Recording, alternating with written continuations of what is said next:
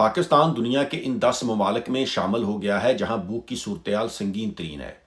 اس فہرست میں افغانستان، یمن، سوڈان اور شام جیسے جنگ زدہ ممالک بھی شامل ہیں۔ 2025 میں پاکستان میں تقریباً 1 کروڑ 10 لاکھ افراد شدید غذائی بحران کا شکار رہے ہیں۔ یہ کوئی قدرتی آفت نہیں ہے، یہ ایک مصنوعی بحران ہے جو دہائیوں کی غلط ترجیحات کا نتیجہ ہے۔ اب سوال یہ پیدا ہوتا ہے کہ اس ملک میں اشرافیہ کو کیا ملتا ہے؟ UNDP کی رپورٹ کے مطابق پاکستانی اشرافیہ کو ترجیح زمین، سرمایہ، سبسڈی اور ٹیکس چھوٹ کی مد میں 17 ارب ڈالر سالانہ فائدہ پہنچایا جاتا ہے۔ ملک کی صرف 1% امیر آبادی کے پاس تمام بینک ڈپازٹس کا 25%، قابل کاشت زرعی زمین کا 20% اور رہائشی جائیداد کا 16% ہے۔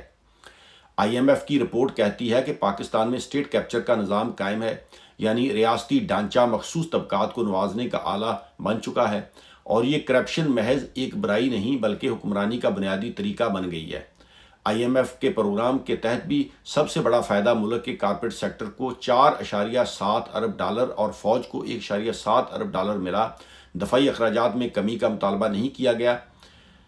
ٹرانسپیرنسی انٹرنیشنل کے کرپشن پرسپشن انڈیکس 2024 میں پاکستان 180 ممالک میں سے 135ویں نمبر پر آیا۔ 2023 کے مقابلے میں مزید 2 درجے گرا اور سکور 29 سے کم ہو کر 27 پر آ گیا۔ اوسط پاکستانی گھرانہ اپنی ماہانہ آمدنی کا تقریباً نصف حصہ صرف کھانے پر خرچ کرتا ہے، اور 82% آبادی صحت بخش غذا خریدنے کی سکت نہیں رکھتی۔ اب سوال یہ پیدا ہوتا ہے کہ احتساب ہے کہاں؟ پاکستان میں احتساب کا نظام موجود ہے، مگر یہ صرف سیاسی مخالفین کے خلاف چلتا ہے۔ اصل طاقتور طبقات، کاروباری ادارے، جاگیردار اور سرمایہ دار احتساب کے کٹہرے میں نہیں آتے۔